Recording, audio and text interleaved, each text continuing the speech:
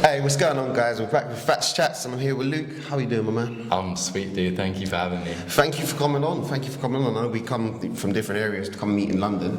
Good trip? Yeah, nice and warm. Easy trip up, and it's been a great day so far. Yeah, it's a hot day. It's a hot day. I'm so happy. 32 today. I mean, I've got a convertible, but no chance I'm putting that roof down. I opened the window and it was nearly melted. I was like, nah, aircon up, windows up. So, Luke, tell us a little bit about yourself, what you do online, how you help people. I've seen the content that you do. It's lovely to connect. Just tell us a little bit about yourself. Yeah, so I'm a badass business and confidence coach. I help coaches, online entrepreneurs, and have helped people in the past who struggle with confidence grow their business to 5 figures a month through growth mindset, marketing and back-end systems. I've previously been a confidence and mindset coach, which is I think where you connected with my content, where I talk a lot about anxiety, because I've really struggled with that in my past. Yep. And then before that was a fitness and mindset coach. Nice. So a lot of integrated mindset side of things. Nice. Did it take you a lot of study and a lot of self-development to get to that where you are now, kind of having that mindset to help others? I was really blessed. I put my back really up against the wall and invested in a mentor that I couldn't afford. And he's called the Mindset Mentor on podcast side of things. So he's heavy into mindset, and then from there just read. And then I think I've always had this mindset of being a bit of a rule breaker, somebody who looks a bit outside of the box, doesn't take things for face value. So I've always seen things differently, and then from there it's rather than people being annoyed by it, I actually help people with it now, from helping people shift their views. Nice. Do you find it hard helping people shift their views? It's definitely a challenge. Like, the person has to be in a space where they're open to shifting it. Like, take for example, if you guys listening where you may see your parents doing certain things that aren't great for them. If you went straight up to them, you were like, you can't do this, it's impacting you, they're just gonna get really defensive, right? Like, throw it back in your face and be like, oh, well, you do this and you do that, and it gets like really confrontational. Big conflict of each. Big conflict. But if you've got somebody who's like, no, like, look, I really do want to change my life, or I really am looking to shift some things. If you can provide a bit of an awareness, and then ask them questions saying like, hey, like, do you feel like this is helping you or not helping you? And if they're like, not helping you, it's like, oh, okay, so what might help you here? And then people kind of come up with their own answers. I think this is the best thing that you'll ever learn about communication, sales, coaching, anything in general. You find that if you ask people questions, it goes so much further than just telling someone what to do. I definitely agree with that, asking a lot of questions. One of those quotes, if you got 2 ears and 1 mouth, you listen twice as much as you talk. Yes. You say people come to you when they're ready to change, when they're ready to grow, when they're ready to learn. I spoke to Jarek Robbins, Tony Robbins' son, and we had a FaceTime, and he was saying that most people are never really ready until they get to that certain peak. Because when I self-developed, I was always trying to help people. Like, you know yourself, you want to help people, you want to coach people. I was a bit of a dick when I started reading. I was talking to Ashwin, I was giving people books like, this will help you, this will help. A lot of people are not ready. And Jarek was saying that you get to the top of a mountain, this is where your peak, so it's drink, drugs, bad lifestyle, debt, whatever it is. And you're like, this is really, really shit. And you go low again, and you get top of the mountain, and you go low again. But you get to a certain height, and you realize that you can't get any higher. You've seen all these mountains, you've got to the top point of all these things, and that's when you're ready. But until somebody gets to that point, they're just going to keep climbing the negative lifestyle until they look back and they be like, do you know what? I'm ready now. I'm ready. Yeah. It's almost like the peak is the same as rock bottom. Like okay, I've done enough of X, Y, Z, of drugs or drinking, or like, just, I'm sick and tired of this. Like, that's the best moment of transformation, when somebody's like, I am truly sick and tired of this. Like, my first example, like, when I truly transformed my life, like fully took control, I was like, oh, I'm in a relationship, I've already screwed it up at this point, but we're staying together, and I'm sick and tired of feeling like shit every day and arguing every day. and forcing myself to go to work and forcing myself to stay in this relationship even though we're unhappy. Yeah. I know so many people do that. Force it. And it reached a point where I was like, I'm sick and tired of this. Like, I don't want to do this anymore, and I don't want to do this to her. Yeah. You know, like, I'm in this relationship. She supported me more than anybody else has in the past. How long did it go on for? So I screwed up, disloyal, in like a November point. Yeah. And then we moved in together the February after that. And then we were together from like February through till June. This was 2020. Is it 2020 or 2021? I'm gonna get my time straight. It's definitely 2020. And then on that breakup day, I got a fitness coach. I was like, sick and tired of like treating my body like shit, of like just like, you know, you'll probably resonate with this, but you know when you go to the gym and you just hammer yourself, like you just beat yourself up. And you're saying like, I'm gonna do 3 sets of 8 or whatever, but you'll do like 3 sets of like just destruction, destroyed your body. So my body was injured, both my shoulders were like, self-love or self-destruction at the same time.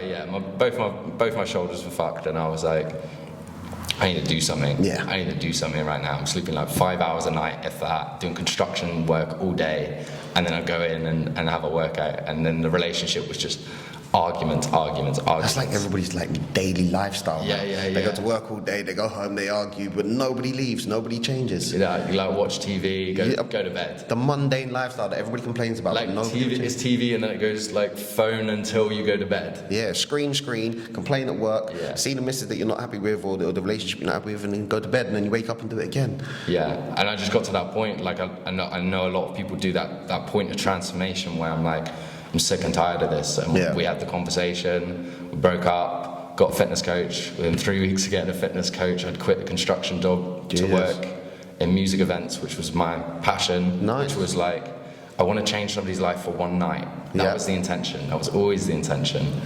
And I sucked at music event sales, so I wasn't doing very well. Right. And then good self-awareness. And then things started coming together. And then I started that job in COVID. So music events and COVID. Shit. Like, you're like this, like it's not working. Everybody on the live stream at home for a music event. And then the job obviously closed out because of COVID. I had about a month of unemployment, started slipping back into that old crowd of like dealing, being involved with drugs. Was just like, I had a panic attack, a night terror, and I've worked out it was like an existential crisis of being like, who am I? Like all those thoughts of like, what am I doing in my life? Like, who am I? And like, you're just not knowing what to do. And the day after that, I was like, I still had this fitness coach, and I was like, do you have to have qualifications to become a fitness coach? Because I've been training my entire life. And I have I probably have like 20, 30 people message me each week, oh, how'd you do this? Or what do you eat? Or how'd you train this? And I'm giving out all this free help. And people are I'm genuinely seeing like results of all this free help. I was like, do I need something? And he was like, no, like if you feel competent and ready, like as an online coach, not in person, you can do that. And I was like, sweet, okay, cool. We'll start. And that's how I ended up coaching. Jesus. In my head just then as you said it, do you need the qualification? I think that's the one thing that people feel like they need so much in life. Like when I was a carpenter, I went to college for 3 years to do carpentry. I was a shit carpenter, but I had 12 certificates. Like, people are overqualified and underexperienced. And I think a lot of people fall into that trap. You know, everybody goes to university now to then go work into Primark or McDonald's. And I think when you get hands-on, when you have the experience, when you work with people, when you get like some of that hands-on stuff will beat any qualification you get. And like you said, you've been in and out of fitness for years, you've got the experience, you get the questions, you do the knowledge, you do the self-education. You're more than qualified without a certificate. Right, and here's the thing, like, who would you rather have, like, as your like, let's say you wanted to learn basketball, or you're listening to this and you're thinking, like, okay, like, I want to learn a sport, I want to learn something.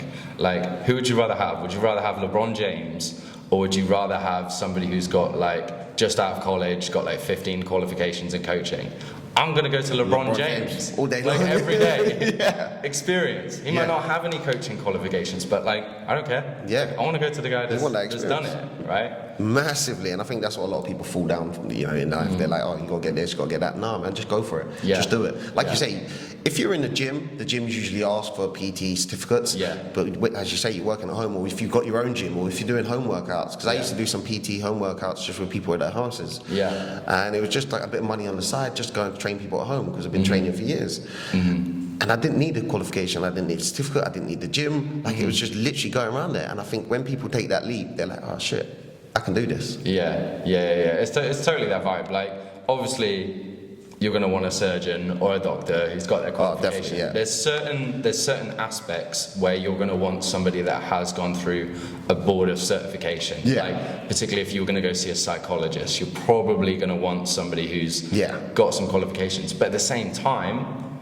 if you've got one particular disorder or illness or ailment, and you've got somebody who's healed that from, rather than a Western side, like a more like Eastern side of like holisticness and like natural remedy side of things, and they've been through that, and they've tried all the Western side of things, then maybe you actually flow into that more naturopathic kind of thing as well.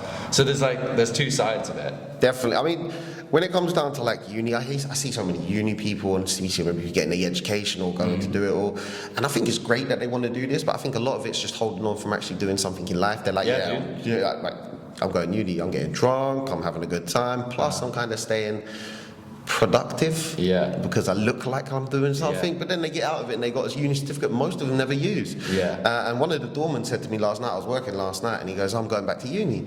And in my head straight away I was like, what the fuck are you doing that for? What are you even studying? And he goes, oh, the teacher. I was like, okay, I'm not going to argue that. But if he said to me he was going to uni to do something, you know, that didn't really need a certificate, I would have told him, just go start a business tomorrow. Fuck it. If you've got some knowledge, go start. Right.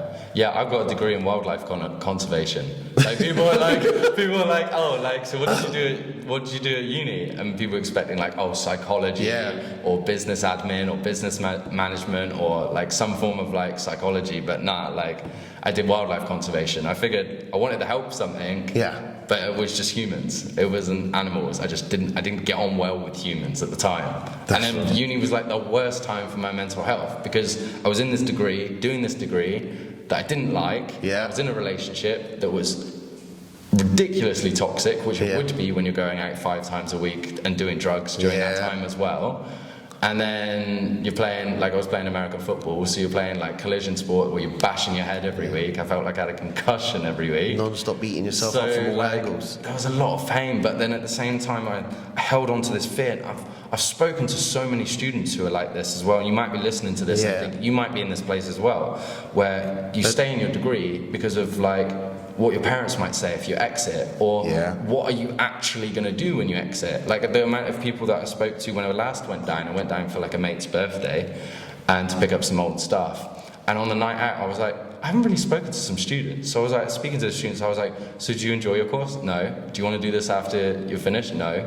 I was like, so why are you here? But you don't have anything to go to. There's no purpose, there's no guidance, there's no anything on top of that. So people are lost. There's that fear of going straight back into like a dead-end job. Right. At least when they say they're doing uni, they're getting that qualifications that giving them kind of options in their head, or their family's going to give them that options. A lot of uni students I connect with. I love the uni students that come to the club. That's one of the main reasons I stayed at the club, because all the uni students, I just get on with them so well. They're young, they're ready to explore life, and they're just happy and friendly for a good time. A lot of the locals are not the same, you know. A lot of them are kind of stuck in that toxic lifestyle that you said about, and a lot of us are like that, unfortunately. We're dead-end job, hate relationship, substance abuse, watch TV, play on your phone, go to sleep, wake up, repeat. If you had any advice for somebody right now who's living that lifestyle, dead-end job, shit relationship, toxic relationship, TV every evening, mobile phone, sleep, repeat. If somebody's living that lifestyle, maybe a bit of substance abuse, drink, what would your best advice be for that person who's living that lifestyle, that mundane kind of negative life? And I used to, so podcasts changed my life, which is why I love coming on them. But it started with a question from my friend, and my friend's question was, so I was labouring at the time, and he was like, so you're going to be a labourer for the rest of your life? And I was like, fucking no. And then like we had the breakup, and then on the Wednesday after that I was listening to a podcast, and the guy was like, look, if you don't fucking like your life, change it. That was it. But I think the question that I want to ask people who are listening to this, and this can be something that you write. So I'm a big fan of journaling, never used to be, and I know when I was at my starting point, I would have never written anything down. But this can be a really good starter question for you, which is, what would you do if you knew you couldn't fail? So what would you do if you knew you couldn't fail? And like, don't tell yourself, I don't know. Because when you tell yourself, I don't know, you devalue your body's wisdom of searching for the answer. And you might not know the answer yet, you might not be aware, but like, start jotting things down. Like, oh, I might want to be a podcaster. I might want to start being a speaker. I might want to start helping people. I might want to start a retreat somewhere. I might want to start becoming a coach. Whatever that is for you, write down these ideas, and then the question that you're going to ask after that is, what is my first step towards getting to that? And that's going to start you along that road.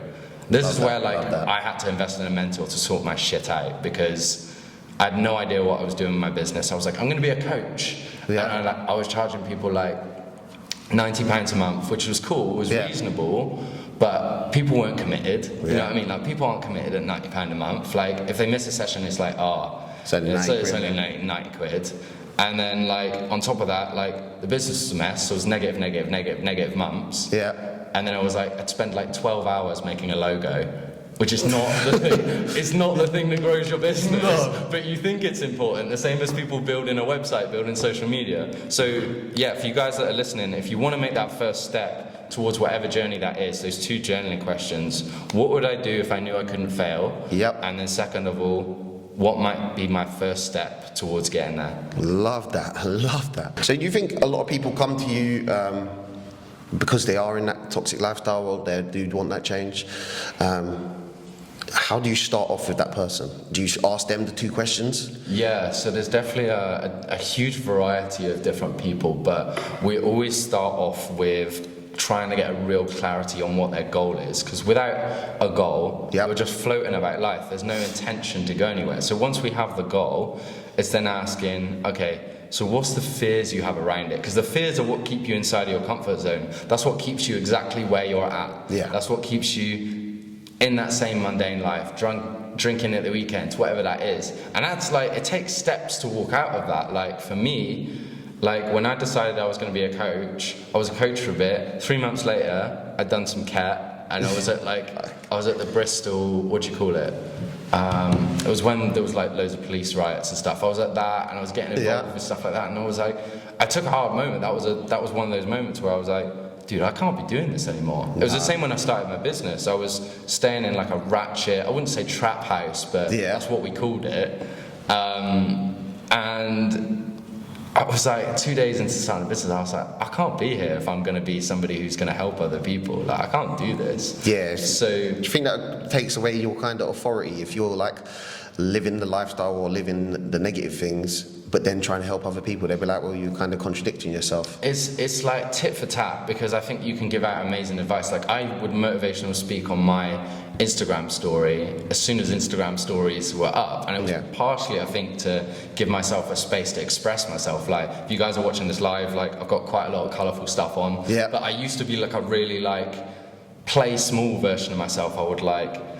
I'd like dim down to other people, would people please. I would never do things that I would want to do. I wouldn't express myself ever because of worry about what other people would say. Whereas now I'm like out there doing that because I've let go of those fears. And I'm going towards that goal of being somebody who I would want to be like, who I'd want to be inspired by. I'd want to be inspired by somebody who fully expresses themselves, does what they want, and then helps other people.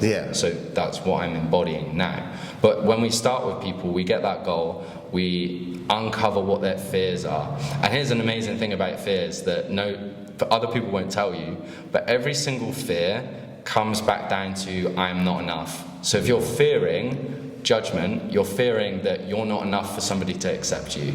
If you're fearing failure, you're fearing that you won't be able to that you're not enough to overcome that initial failure and to reach success. People fear success as well. I have clients that fear success. So they fear getting to an amazing point where they're earning 5-6 figures a month or a year, or they want to become a millionaire with being a coach or whatever journey there is, and they fear getting there. It's a bit mad, and then screwing it all up and then going exactly back to where they were because they fear not being enough to handle the success that they have. That's a bit crazy though, isn't it? It's Think wild. about fearing success, fearing getting all that you want to get. And then it all going. So they fear getting it, but they fear starting off where they started again. Yeah, they fear getting it. Yeah. And then for whatever reason, they're not good enough to handle everything that's going on, and then it will go back to exactly how it was. Jesus. It's wild. So you got fear of failure, and then you got fear of success as well. I mean, there's always fear of not being pretty enough. Yeah. Like somebody doesn't think you're pretty enough, so you're not enough for somebody else to love you. So if somebody come to you, somebody said to you, look, I'm scared of, and they told you something, how would you tell them to get over that fear? How would you help them over that fear? There's so many different ways of doing it. There's like really simple reframes, and the way that everybody tells you is, okay, you've got a negative thought. Is that 100% true? If it's not, what's the opposite of that? But I like to completely invalidate the thought. So like if I'm fearing failure, like, oh, what if this doesn't work out? Or like, this is not going to work out. I'm going to write down every single reason why that's bullshit and just completely validate it, so that I've got fire for when that comes up again. Because people love to think with mindset that you work on it once and then you're fixed. But it's not like that. It's something that you've been programmed your entire life. And most of our mindset comes from 0 to 7 years old. Yeah. So that original programming. And you're not even like consciously aware at that point. So you're reprogramming things that have happened in your entire existence. So if I'm 25 now, that's 25 years of reprogramming that I've got to do. It's not just going to happen in one day. Yeah. So I want to give myself so many reasons so that if that thought comes up again, I can go, okay, that's bullshit because of this, because of that. X, Y, Z, You've already put down the ideas to break down that fear. Yeah. So that's what you'd say for other people. If they've got a fear, write down all the bullshit reasons why it is a shit fear, and you can go over it. Yeah. That's one aspect of doing it. There's like, you can go into some like really intense things. So we've got something called, I can't talk about this because I don't know enough about this, but we've got like a breathwork specialist coming in with one of my group things. So we do this like, you know Wim Hof? Iceman Wim Hof. So he's that guy who's like known for like establishing this like certain type of breathwork, which is like his special one. But we've got like another type of one. And like it's gonna be some intense. Some of the stuff he does is just like pushes boundaries. You're like, oh yeah, how the hell did you do that? Didn't he climb like Mount Everest in shorts? Yeah, like some people are scared to get into a cold bath, and this guy's just walking around barefoot, like in the snow. Like he's like he's normal. a G though. Like I've got so much time for. I started doing Wim Hof stuff just because like a mate said that it was a good idea, and I would do it like when I was still having arguments with this ex-girlfriend. Yeah. I didn't really know what I was doing. So I would just do it, and I was like, okay, I feel pretty good now, and that was it. So, have you had an experience with like cold baths and cold showers and stuff? Yeah, I went. This is actually It's probably a bit of a reminder for me to do it a little bit more. But like, I went for a stage of when my anxiety got really high, and I started getting to that anxiety attack bit. I would get in an ice bath. And I saw a post on Instagram that said whenever you're stepping forward towards like feeling like a panic attack or an anxiety attack's coming up, to put like ice on your wrists. Is that like a shock thing, or is it just I can't remember the ins and outs of it. It was just something that I know it's good for circulation when you're really hot. You can put some cold in your wrist.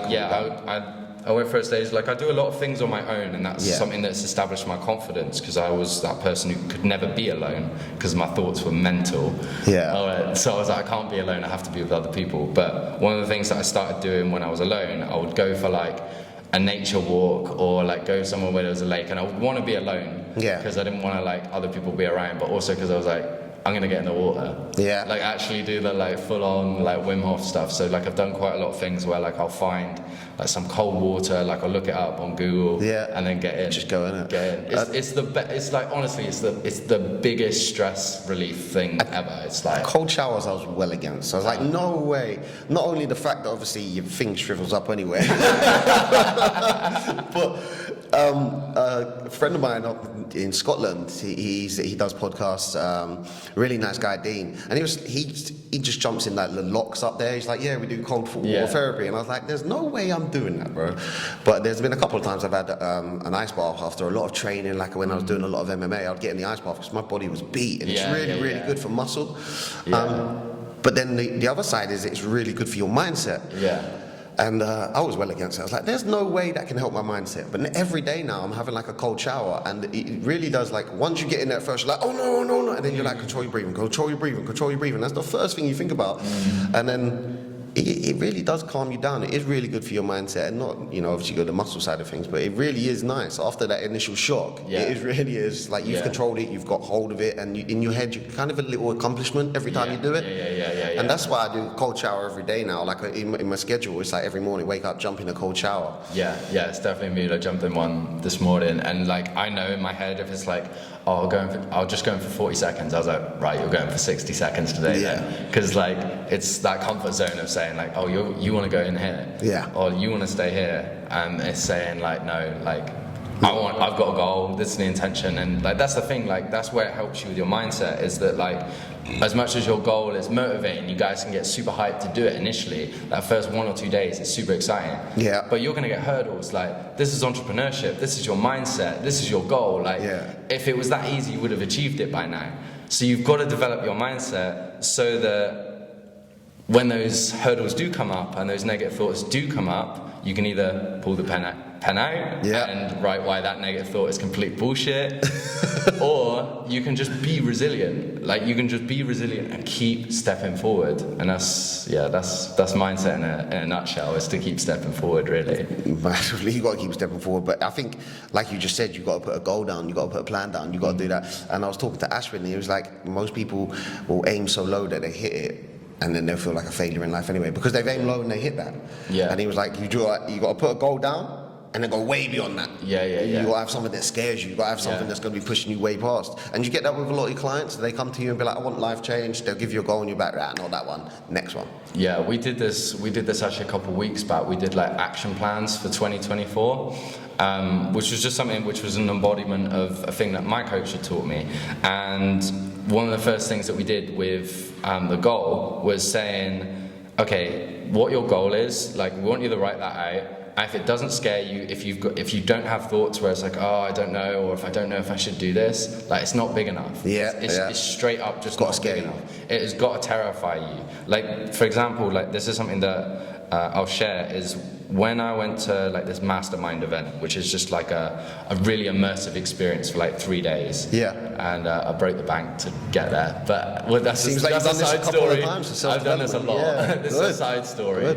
But we were learning about this, and one of my goals is to build a dream center. A dream center is going to be like research at the bottom. It's going to be rewiring the middle, like conferences and events, podcasts like this. Love that. Podcast rooms, and then rehabilitation at the top. Wow. So the full process. So that was like the whole thing that I want, and like that's part of my 2024 goal, is to bring in the income that supports the first design being made.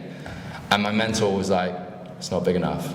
Oh shit. And I was like, oh, okay. Oh. I thought it was. I was like, 100 dream centers around the world. Yeah. And he was like, well, does that feel big enough? Does that make you shit yourself? And I was like, fuck yeah, that's a bit better.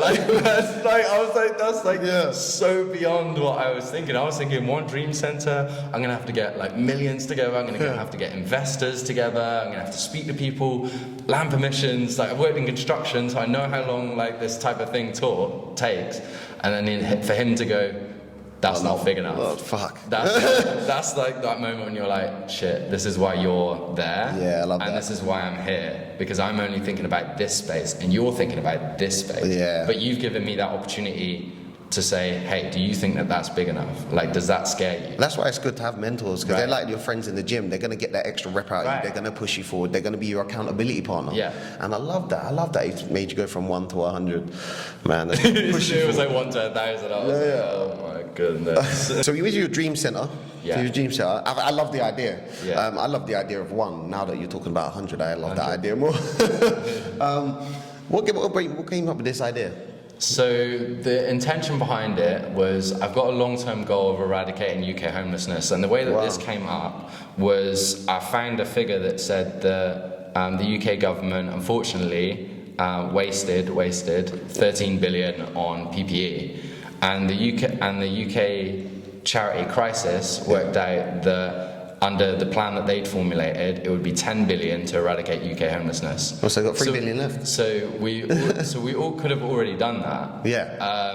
And we have the resources, we have everything to do it. But I'm not here to hold judgment against the government. And I realised I held this negative stigma for ages against the government, and that was actually like stopping my growth because I was holding resentment against it. So I was like, let's release it. There's plenty of other things I don't know. That's just one instance. So I was like, well, that's part of it.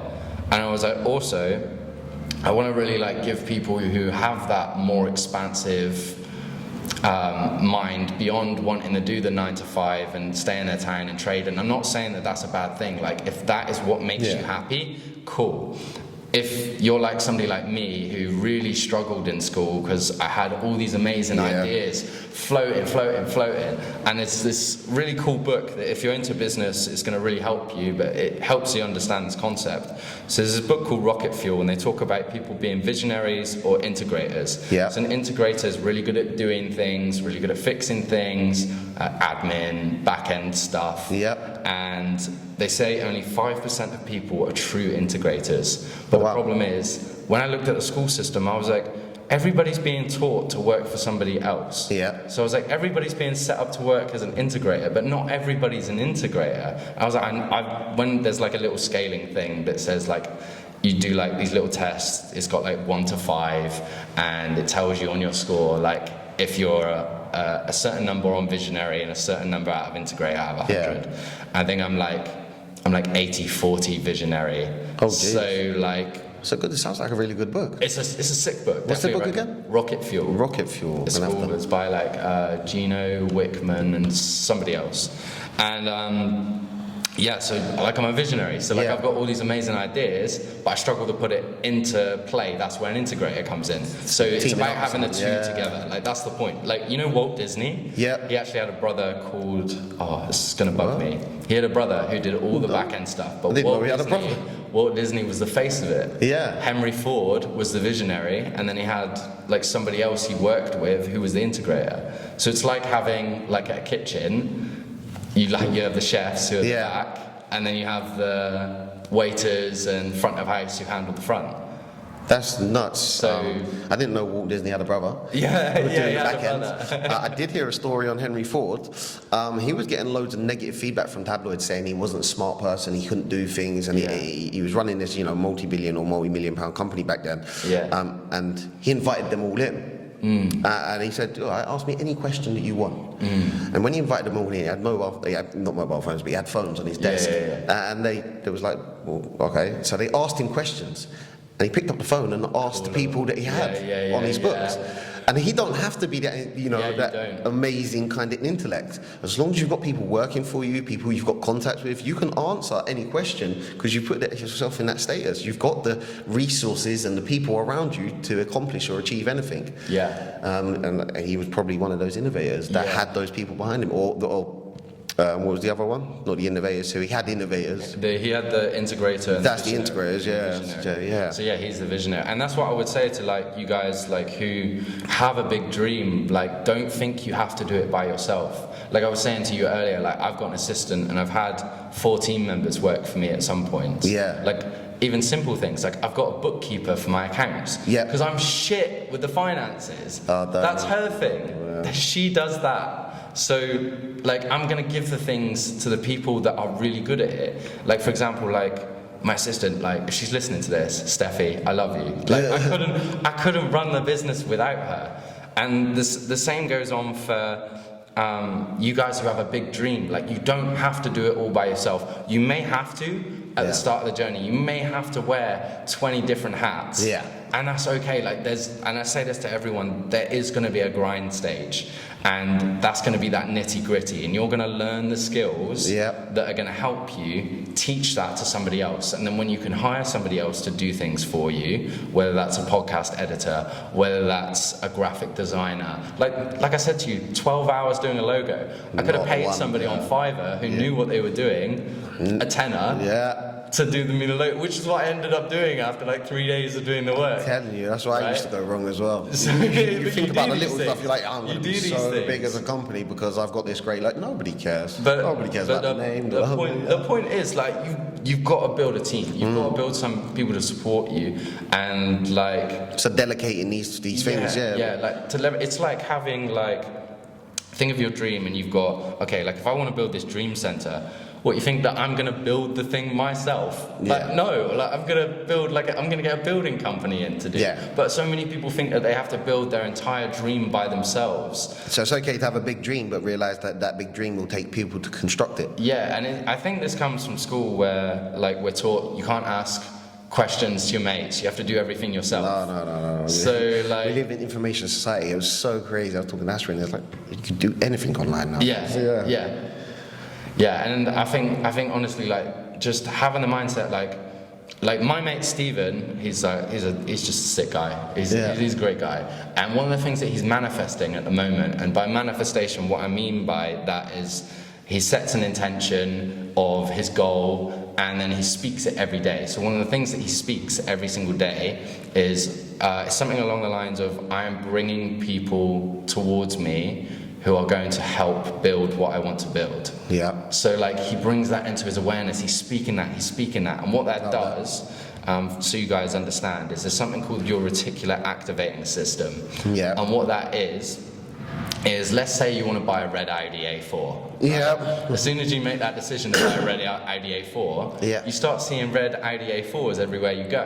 Yeah. And you're like, well, this is wild. That's your reticular activating system going, this is what you want. We're going to start showing you more of it. This is how manifestation works. So if you start saying, like, I'm going to start bringing in people towards me who are going to help me build my dream, you start picking up things here and there, and you start letting it know this, like, I'm pretty spiritual now and I never used to be, but you start letting the universe know that that's what your intention is. So that comes down to the law of attraction? Law of attraction. Same thing, law of attraction, reticular activating system. You're attracting what you want. So I love the subconscious mindset, and I think that comes down to that as well. As soon as you put something into your subconscious mind, it starts coming into your conscious mind a lot more. Yeah. And again, you come down to a lot of people don't realize that we got the filters. When you're driving around the road, you don't take shit in. Yeah. Like, you're not going to take everything in. You're not going to notice every single person you drive past. You're not going to see every single sign. You're not going to remember the color of every car that drove past you. Yeah.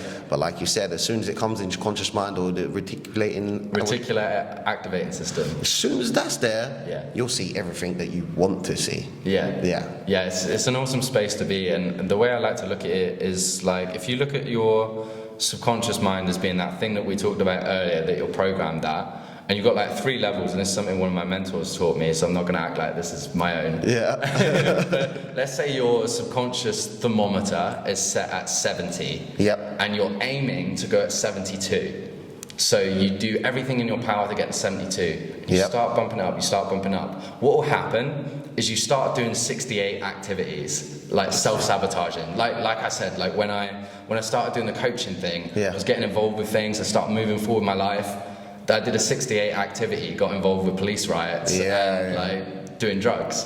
So then it brings you back down as a baseline. And a lot of people do this. This is why when people win the lottery and they've been poor their entire life, they go back down to 0. Yeah. Because they've always been at this thermometer. So that's money mindset, right? And there's lots of different forms of money of mindset. But the aim is you keep pushing up to 72, and eventually that 70 becomes 71. Yep. And then you're like, okay, now I want to go to 73. But your awareness of understanding your subconscious and understanding your patterns, whether that's going on your phone late at night, or whether that's it's a bad one. Whether that's chatting shit about other people. These are habits that you've picked up. So many people do the gossip. That are limiting you and are keeping you exactly where you are. Or whether that's hanging around with people that maybe you thought it was banter, but actually they're just fucking bullying you. Yeah.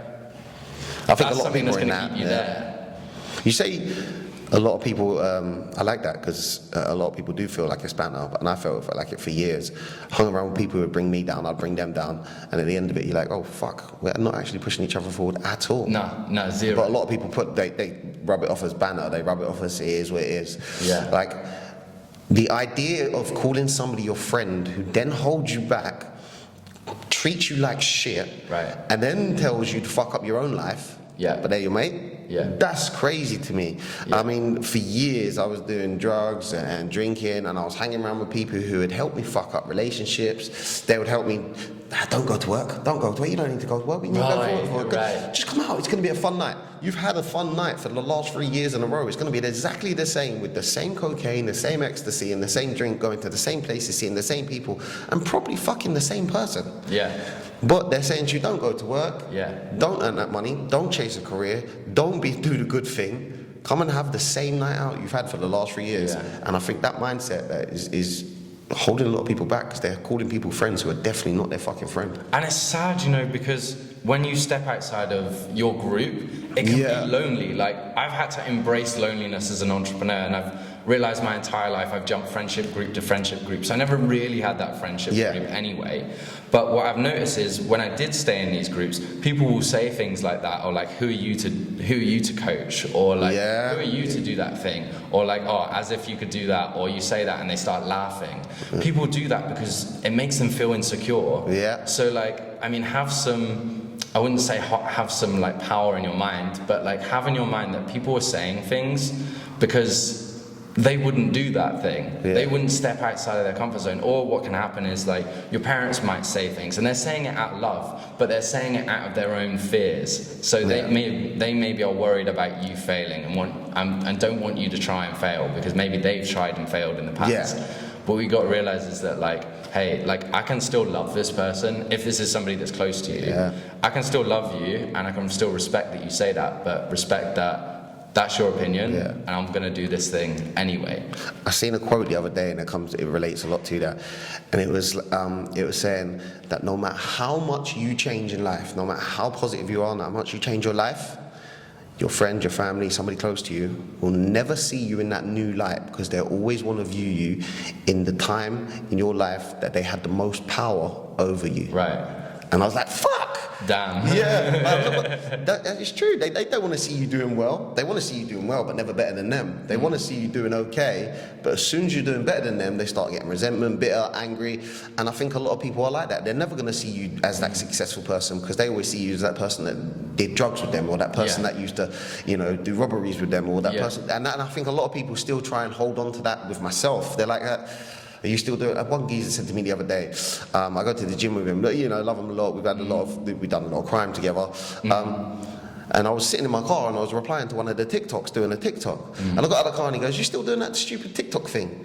And in my head I was like, "Yeah, you just don't understand it. It's good. You just don't understand it." And you know, you get so many thousands and thousands of people who love it, and people share it, and you know, I've built, you know, a following, and it helps so many people, and so many positive comments, so many messages about mental health and that. And for me to get out of the car and him to be like, "You still doing that stupid TikTok thing?" I'd be like, if I was a lesser of a mindset or a weaker of a mindset, I could have gave that up for that silly little comment. And or flipped your shit. And in my head, I'm like, fuck, that's literally what can change some people's mindsets from going after dreams, goals, ambitions, chasing that job, chasing that business. Because one of their friends or their family members has said, "Don't do that stupid thing," and they've just given up straight away. And I think that's nuts that we do that. I think I agree wholly. And like, when you were saying that, I can still picture people in my past. Like, you know, like, as soon as you start speaking that, you're like, yeah, I know that person would say something because they already have. I know this person because they already have. And I huge fallout with my friends when I stepped outside of that journey, because somebody said something and like it really triggered me, and I was like, you're still dealing drugs, you're not going to do anything with your life, like, what are you doing? People don't want to hear that. But people do not like that. So you just have to step forward and do your own thing. Like, I've recognized as well, it's really hard that, like, I've come from a place where I gave all of my time away to people. Now you really have to earn my time. Like, I've gone from being in back-to-back relationships from like 14 to 24 to a point where, like, I will not talk to you unless like I consider this something like really worth my time. Yeah. Like, and like for you guys to get to that, I think that's really important. And I think a hallmark of that is bringing it back down to what we said earlier, where it's like, okay, what would I do if I knew I couldn't fail? Massively, yeah. And like, how might I get there? Because I know what wouldn't get me there, which is hanging out with people that aren't supporting me and dating loads of people that aren't actually going to give me the fulfillment of a partner that genuinely supports me. Like that's why I have these boundaries, is because I'm like, I know where I'm going. So I would really not like to divert from that path, because I know if I get to 100 dream centers, I'll be like, okay, so why not do 1,000?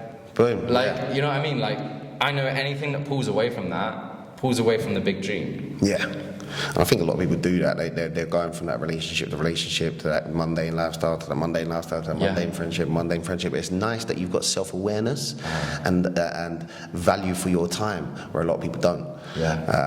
Unfortunately, I think nobody's really going to open their mind to that, because they're too busy trying to blame everybody else for their issues. So they'll be like, it's their fault I haven't done anything. Where you're self-aware, you're like, I'm not wasting my time doing that with that person. I'm not wasting my time power swiping on Tinder. You know what I mean? So many people are out there ready to jump into a new relationship where they love someone. People fall in love 3 times a year. Like, fuck, I can't love that much. Like, shit, what are you talking about? You engaged 4 times, what are you talking about? I feel you. That's like one of the things that, like, it was a really hard lesson to learn, and I've even done this for my sexual abuse as well, is taking ownership for everything, like people, you know, when people like try and comfort you and they say like, it's not your fault for that, but like as a business owner, like you have to take responsibility for everything. Like if my assistant makes a mistake, that's my fault, because I didn't make it clear enough to her as to what to do or what the procedure was for her to do. That's my fault. If a client isn't action taking on something, and or they're not doing, or she's not doing, or he's not doing something, that's because I haven't figured out what's happening in their world that's stopping them from doing things. So like the same in relationships, like people love to point the finger and be like, it's your fault, you did this, you did this, you did this, but it's like, no, but what have you done? Like what have you done that could have maybe contributed to this? And I think when you take that self-awareness, and I haven't read the book yet, but I know Jocko Willink, who's he's like a Marine. The guy who always looks at his watch. He's always in his watch. He goes, "Yep, done a workout." He's a pretty intense guy. He's a harder. He's a pretty. I look at him and I'm like, that's a fucking alpha male, right? But like at the same time, like extreme ownership. Like, nobody else is gonna get your dream for you. Nobody else is gonna believe in you as much as you can believe in you. You've got to realize, like with the extreme ownership thing, it gives you so much fucking power. Because it gives you that ability to be like, okay, my life's fucking up. So I'm gonna change it. Nobody else is coming to save me. Like, this is the thing that I realized when I was going through like all the drugs things, everything. I was like, I couldn't go to my parents for this. Like, I came from like a pretty strict background, so I was like, I can't go to them from this. I've got to sort it out. When I got in issues with drugs, I've got to sort it out. When I got issues with my mental health, I went to the NHS for one thing, and they said you weren't ill enough. You were not ill enough for our help. Well, I got scars on my arm, and while I was having, like, I literally went to jump off a bridge the next week. So I was like, I've got to sort this out. This is my issue to sort out. And I think that's an embodiment of partially being a man as well. And I think you take that control. But then that also means, like I said earlier, is, okay, who can I get to help me with this vision as well? So that's not just saying, I'm going to do this all by myself. It is saying, who can I reach out to? But it's all about you doing, not thinking, oh, woe is me, which is that victim mindset. Like, woe is me, this happened, you know, like, it's like there's the story of 2 twin brothers, and some people like the story, some people don't, but I'm going to tell it anyway for you who do. And there's 2 brothers, and their father's an alcoholic, he's abusive, and he does loads of shit to them and whatever. And 30 years down the line, one of the brothers is an entrepreneur, he's a millionaire, and has impacted so many other people. And the other person the other brother is an alcoholic, the same as his father. Yeah. And when somebody asks them, why are you like you are the way you are? And the answer from the millionaire is because my father was an alcoholic. Yeah. And the person who's an alcoholic is because my father was an alcoholic.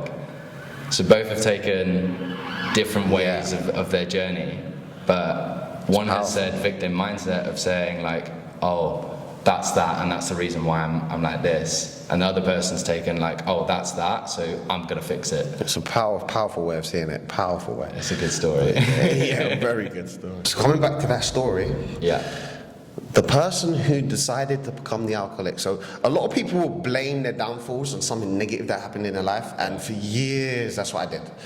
I was drink drugs, and I always blamed it on my alcoholic father, my lack of money, my lack of education. I was like, I don't have to do this, I don't have to do this, therefore I did this, therefore I did that. But it could have been the fuel to change me, but it wasn't. Do you think a lot of people are too busy pointing fingers with dirty hands? Yeah, I definitely hear that with your story, and I was that guy for ages as well. Like, my parents weren't around a lot when I was a kid, and that's why I'm trying to externally validate myself with drugs, sex, girls, whatever that is. And I think a lot of people can get caught up in that. Like a lot of people that I speak to have some aspect of blaming other people. Yeah. But what you got to realize by blaming other people, you lose your power of being able to change it every time you blame yourself. Like this is why I was talking about earlier about the government and the government doing the issue. I'm taking my power away from being able to change this issue because I'm blaming the government for them not doing it. So every time you blame people or blame something else on whatever you're doing, you're losing your power to change it. Yeah, it's true. It's so fucking true. Right, so we're coming to the end now. Is there anything else that you want to say to people? Anything else that you want to give like a message out to people? We already went over how you could, the steps to change your life. Is there anything else that you could give people a bit of value, a nugget of information? If they're watching this, they're like, I like this. Yeah, what can I do? I feel that. There's so many things that I think I could say. I'm really going to lean into the aspect of trying something and not worrying about if it's going to fail. Like the fitness coaching, like this, I've changed my niche 4 times. So I was a fitness and mindset coach because that's what I did initially. Then I was a confidence and mindset coach. Then I was a business coach for entrepreneurs. And now I'm a business coach for coaches. So if you look at that, that's 4 big fuck ups. And also, off the back of that, I want to say when you say to yourself, I'll do whatever it takes, will you do whatever it takes? Because when I went to that business mastermind, I pulled out 3 credit cards and I bought a ticket there. I didn't have the money to get back. So I went to fucking Mexico, went to a business mastermind to be around other millionaires, to be around I would say other millionaires. I went around there to be around millionaires so that I could raise my 70 to 78. I was I want to be up here. It's a big risk. So I'm going to be around all these people and just trust that it works out. Did you see it as a risk or did you see it as I wasn't scared to go until the day that I went. Shit. So I booked my flights the week before. I got my credit cards out the week before, and I was just it's a big. I'm all in. I'm all in. My cards on the table. The universe. This is up to you, big man. Yeah. This is on you. So when you say I will do whatever it takes, will you do whatever it takes? Because doing whatever it takes to me means I'll do credit cards, or I'll sleep where I need to sleep, or for example, when I worked in that music event sales, I worked 2 jobs and I stayed in my car. Jeez. So I will do whatever it takes to get there. So for you guys, maybe that's something that you put on your wall. I will do whatever it takes to get to my dream because I can. I just put that on your wall. So I'll do whatever it takes to get to my dream because I can. Because I can. Love that.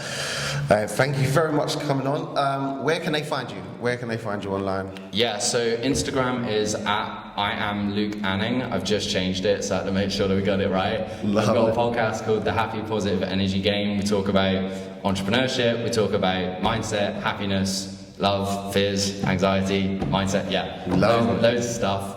I've got TikTok, which I'm pretty sure is Luke _Anning, but best place honestly is Instagram, so I am Luke Anning. Beautiful. Thank you very much for coming on, Luke. You're welcome. Thank you. Hey, we're out, guys. Peace.